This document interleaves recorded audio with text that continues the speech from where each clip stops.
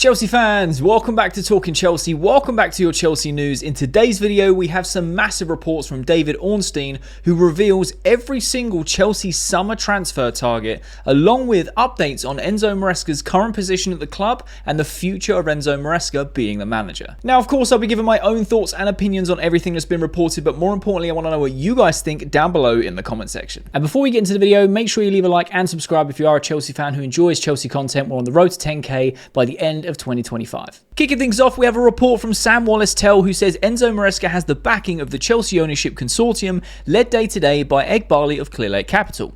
There is currently no appetite for a fourth managerial sacking to be added to the count under Barley Todd Boehly era.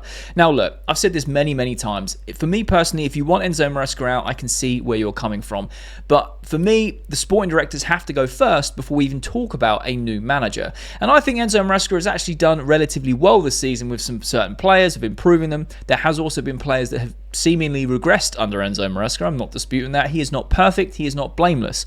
However, Barley, Todd Boehly do not want to add a fourth manager to their current count of managers that have not worked at Chelsea. The big payouts with, Graham Potter and Pochettino, that hasn't worked. Lampard was like someone to come in and settle the ship. They want to back Enzo Maresca. And it's down to Maresca in this squad to get the results, because then they're happy. If they don't get Champions League, we can talk about that a little later in the video, because Ornstein has reported on this. For me personally, at the start of the season, we wanted Champions League qualification and a Conference League trophy, and we're still on for that. Yes, we are holding on by a thread. Let's not get this twisted. We are holding on by a thread, and every game is a final. I'm still buzzing over the win that we got, the smash and grab we got against Fulham yesterday, but that doesn't change a lot of people's opinions about Maresca, right? It was a 93rd minute win and goal. It's great for the fans to feel that euphoria, that ecstasy, that the amazing feelings we felt, but that does paper over the cracks of what we're seeing in recent performances. I think clean sheets is becoming a bit more of a thing, but we're just still not potent enough in attack. We're creating a lot of chances and we're not finishing them. So it makes sense why Barley and Todd Boehly don't want another manager under their count, because they have to admit that they're wrong. That also means the sporting directors have to admit that they got the wrong guy again. And I personally think that their head is on the block if they have to get to that point of admitting they've got the wrong guy. So they need this to work. They just need this to work. Moving on to the reports of David Ornstein on the same matter of Enzo Maresca's future at Chelsea. He said, I wouldn't expect Maresca to be evaluated until closer to the end of his second year at Chelsea. They want to work with him. He has a close working relationship with the sporting hierarchy and is involved in the decisions. Maresca is actually also admired by other clubs. Now, look, I can see why he is admired by other clubs. I think he has the foundations and the fundamentals of being an absolutely fantastic manager. Now, look, he's made mistakes this year. He has some wild lineups, right? He's this weird inverting system thing that we just don't agree with, right? Understandable. But when you take a look past that, I think he speaks well in his press conferences. Yes, he's said a few things, a bit off. But overall, I think he speaks well in press conferences. I think he's got a little bit of aura around him. He backs himself. He's very to the point, and I think that he has a clear vision, and he wants to see that out regardless. Whether we agree with it or not, or see it yet or not, is a different story. And I feel like that's very powerful from a manager's perspective, of coming in and being like, right, this is what we're going to do. This is the vision. This is the system. It will work. Give me time. Now, yes, Chelsea fans don't want to trust the process. I get that. We've had to trust the process for the last 3, pushing on 4 years. We want to start seeing results. Now, if Enzo Maresca qualifies for the Champions League and secures Conference League trophy, that's going to be more than enough for the sporting directors to keep Maresca on. If he bottles both of them, that's going to be some serious questions that need answering, not only from the fans, but from the sporting directors and the owners. In my opinion, they will have to really evaluate Enzo Maresca if he bottles both of those things this season. David Ornstein then continues to talk about Maresca and says there will be deep disappointment if they don't get UCL. But if they don't, I don't think it's a sacking situation for Enzo Maresca. I think he's going to remain in position in what ultimately, despite the frustrations, has been a season of progress compared to what's happened in the past. This is something that Chelsea fans massively disagree on within our own fan base, right? There's a lot of people online at the moment that are saying Poch was better. They have these rose-tinted glasses saying that Poch was better, the season was better, which I just do not buy into. I do not buy into that at all. Poch had 5 or 6 great games last season. At the end of last year, people then saying, we only did good at the start of this year because it was a hangover from Pochettino's system and confidence. And my argument to that is, well, why did we have such a poor pre-season? We changed the system, we changed the player dynamics, and we still had a great start of the season. I think the reality is that teams caught on to how we play. They didn't know how Enzo Maresca played. They pressed high. They pushed him. They wanted to see what could happen. And ultimately, we were outscoring teams. Yes, we were conceding more, but we were outscoring teams, racking up points, and it got us into the second position by Christmas. A couple points off of top at the time. Now teams have found us out. We're very easy to play against, and it's very significant in the last few months. And yes, we've been scraping results here and there, and things do need to change. Maresca is very stubborn. I get that.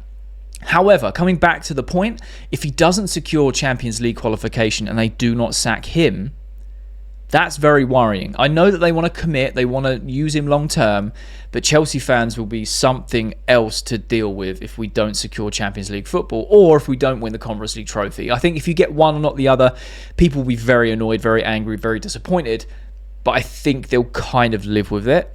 If you don't get either, there's just going to be riots. Because at the moment, the fans going to the stadium, the match-going fans, I love the match-going fans. They're the heart and soul of this club, right? Just like the rest of us that are online fans that kind of watch from where we can around the world, because geographically, unfortunately, we're blessed to live near the stadium or can't get there or can't afford it, etc.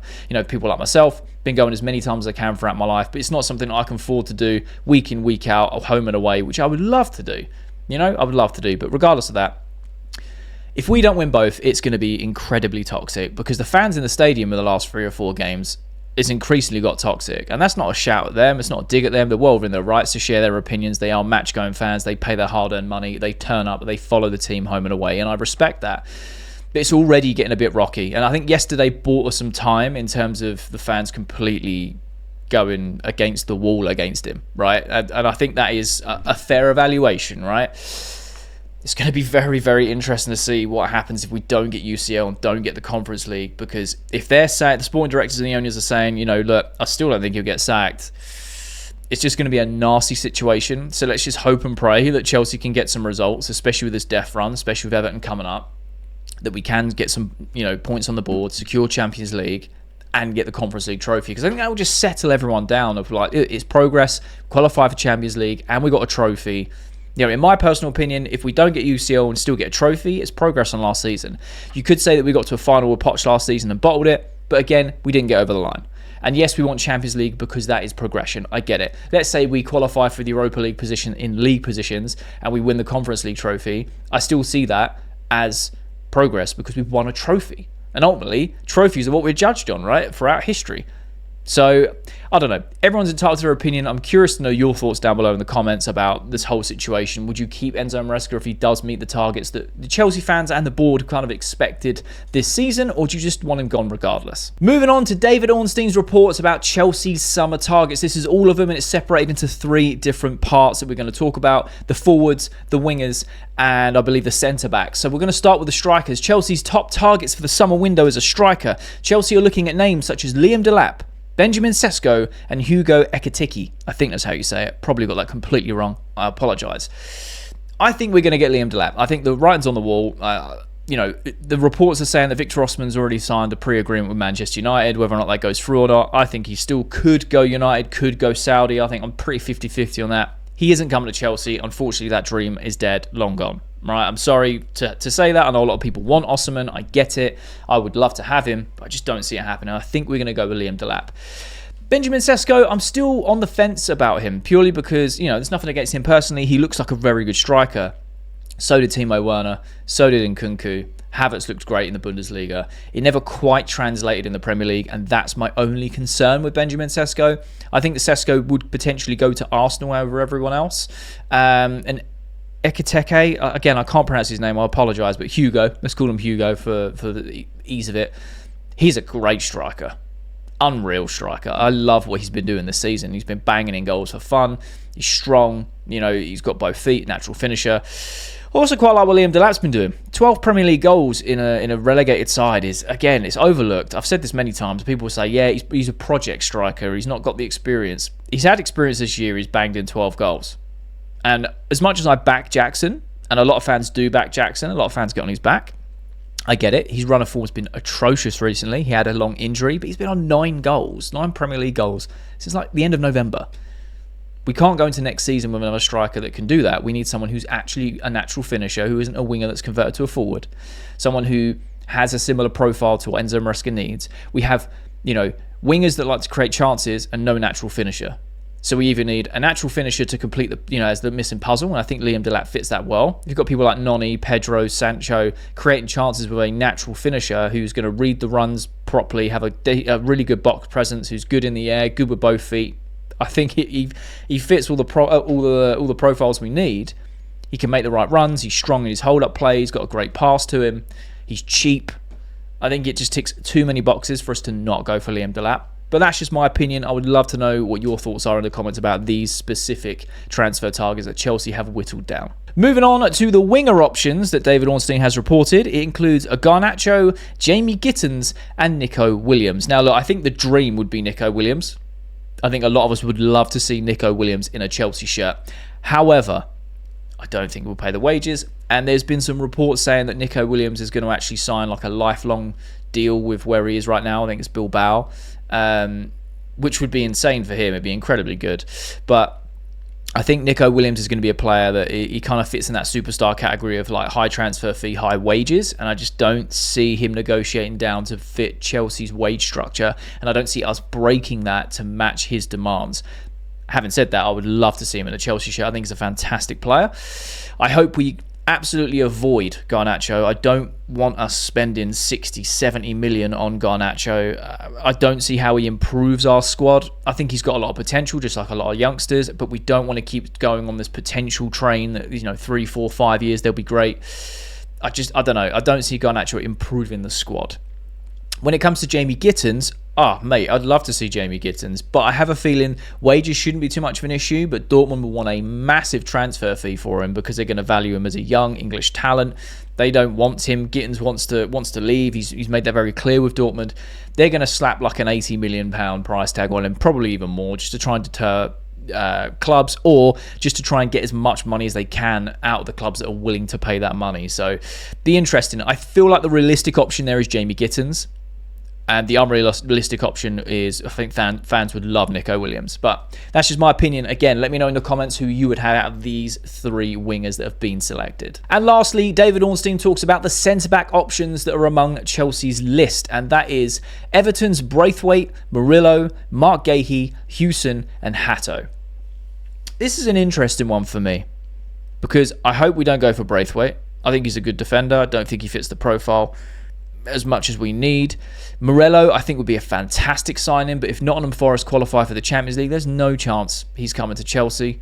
Mark Gahey, we've been heavily linked with him for so long. I think it's got to the point now where you just need to get the checkbook out and pay the money. Crystal Palace are, quite a difficult club to negotiate with in terms of fees and all the contingencies they put in their contracts. We saw this last summer with the Elise deal. He ends up going to Bayern Munich. Maybe that was a wage thing. Maybe it was a contingencies. I don't really know. But I feel like Murillo would be fantastic. Mark Gahey, I think, would also be a fantastic signing. I think he has the Premier League experience. He's played for England. He knows what the Premier League is all about. Is he perfect? No. Is he an improvement on who we currently have? Yes, I think he is.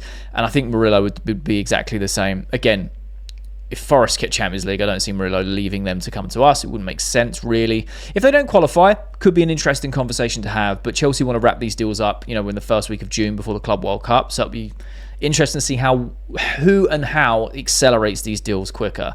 Hewson, I think he's a baller, man. When you've got the likes of Real Madrid sniffing around, wanting to spend big money on you, you're a good player. Now, there is a report that came out today that Hewson said that he doesn't want to go to Spain. He wants to stay in the Premier League, and that may benefit someone like Chelsea. I think he's a great ball-playing centre-back. Again, he's young. He's got his experience at Bournemouth. Yes, it's not buckets of experience, but we can see how good he is as a centre-back and as a ball-carrying centre-back too. I think he fits the profile perfectly. And Hatto, I'm going to be honest, I don't know too much about compared to the others. But for me, I think realistically we end up with Mark Gahey or Hewson. I think it's quite tight depending on essentially wages and I think transfer fee for both clubs. I think Bournemouth are going to want big money for Hewson because it's a big paycheck for them, and cool, fair enough. I think Crystal Palace are probably going to want a little bit more than they should ask for Mark Gahey, but at the same time, English talent, you get English tax. So I think we're going to be spending big money on him. Murillo, I would love to see him in a Chelsea shirt, but again, I think it's the Champions League qualification that kind of is a bit of a hiccup or a bit of a what if scenario with me personally. But I think it'll be Gahey or Hewson. But again, let me know your thoughts out of that selection of centre-backs. Who would you choose? So that is all the Chelsea news for today. Let me know your thoughts and opinions on everything that's been reported. Would you give Maresca more time? Do you think that the board and the sporting directors will get rid of Maresca if he doesn't hit the minimum requirements this season, or will they keep him for longer because they don't want to prove themselves wrong? And let me know your selections when it comes to the striker, the winger, and the centre-back options among Chelsea's shortlist. Do you agree with mine, or do you have different thoughts? Let me know your thoughts and opinions down below in the comment section. I love having a conversation with you guys. And if you have watched all the way to the end of the video, firstly, you're a real one. But secondly, there will be a thumbnail that pops up on the screen. So if you are a Chelsea fan who enjoys Chelsea content, make sure you click that thumbnail because you'll enjoy that video too.